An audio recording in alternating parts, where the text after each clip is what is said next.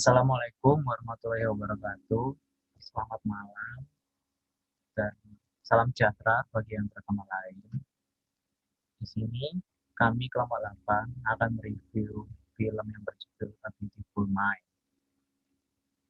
Sebelum itu, perkenalkan anggota kelompok kami yang dari saya, Febri dengan NIM 56. Berikutnya ada teman saya, Hima Yuliani dengan NIM 28.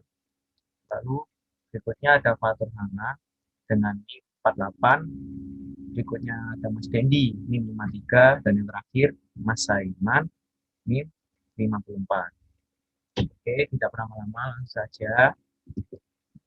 Dari film A Beautiful Mind ini, memiliki main karakter yang bernama Jonas. Jonas sendiri merupakan seorang mahasiswa di Princeton. Kebanyakan orang di universitas tersebut merupakan ilmuwan-ilmuwan yang sudah menghasilkan bahan teori dan juga buku.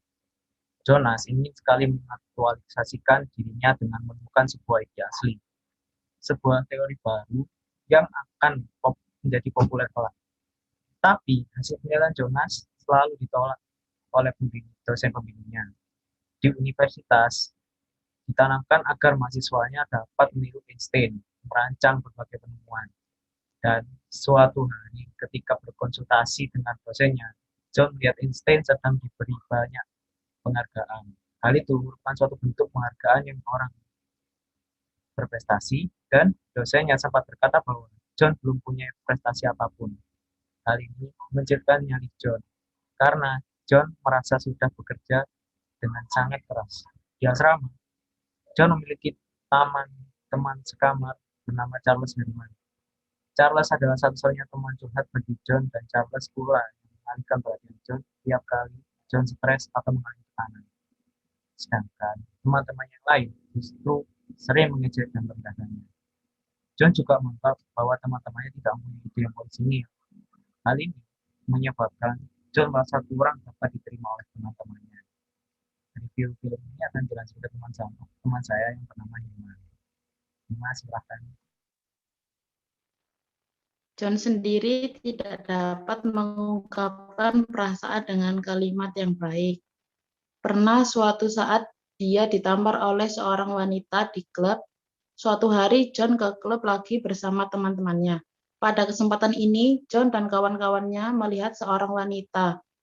Dan mulanya mereka hendak mendekati wanita itu. Tapi sebelum mendekati wanita itu, John mengemukakan suatu teori yang menentang. Teori dari Adam Smith. Teori itu yang kemudian diajukan kepada dosennya. Akhirnya teori itu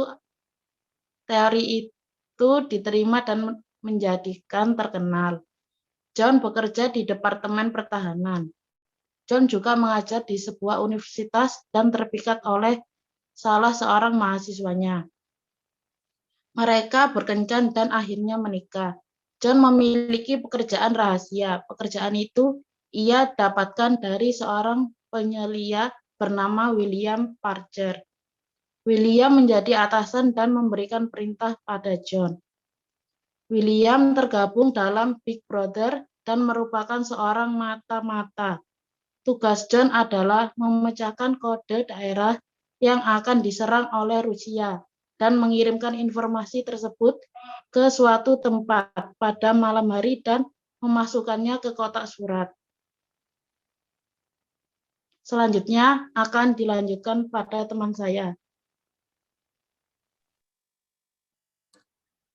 Sebelum menikah, John bertemu Charles di sebuah taman dan berkenalan dengan Marcy, keponakan Charles.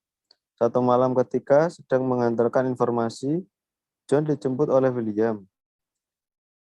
Ternyata tindakan mereka itu ketahuan dan mereka dibuntuti oleh orang-orang Rusia. Orang-orang tersebut menembaki John dan William. Sejak saat itu, John sering ketakutan dan merasa curiga jika ia dibuntuti oleh orang-orang Rusia. Suatu hari, ketika John sedang memberikan kuliah umum di Harvard, ia merasa diikuti. John mundur perlahan dari panggung tempatnya mengajar, lalu lari keluar. John dikejar oleh beberapa orang dan bertemu dengan psikiater yang akhirnya menyuntikkan penenang dan dibawa ke rumah sakit jiwa. Di rumah psikiater tersebut, John kembali melihat Charles yang ternyata tidak dapat dilihat oleh Dr. Rosen. Lalu John divonis menderita skizofrenia. Semua yang terjadi di dunia John hanyalah khayalannya saja.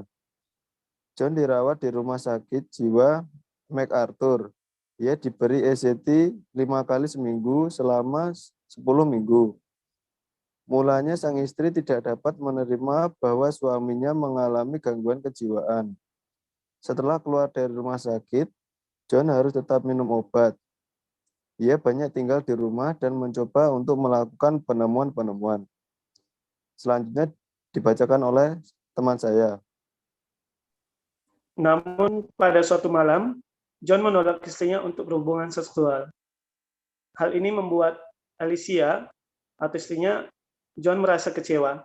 Setelah itu, John memutuskan untuk berhenti minum obat karena menurutnya obat itu hanya membuatnya kehilangan hasrat seksual.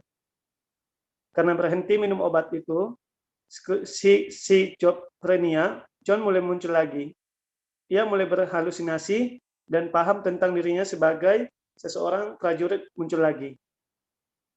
Pada suatu hari, istrinya menemukan bahwa gudang di belakang rumahnya penuh dengan koran yang ditempel di dinding. Akan tetapi, John tidak ingin kembali ke rumah sakit jiwa, malah ia memutuskan tetap tinggal di rumah dan berusaha mencari solusi permasalahannya itu. John mulai tidak menghiraukan teman-temannya, walaupun John masih melihat teman-temannya tersebut. John menyadari bahwa memang benar ada yang salah dalam dirinya, karena John melihat Alicia atau melihat Mercy tidak bertambah tua, meskipun sudah bertahun-tahun John mengenal Mercy. Pada akhir cerita, John meraih Nobel atas teori equilibrium yang ternyata banyak disukai oleh orang. Selanjutnya akan dilanjutkan oleh teman saya Pato.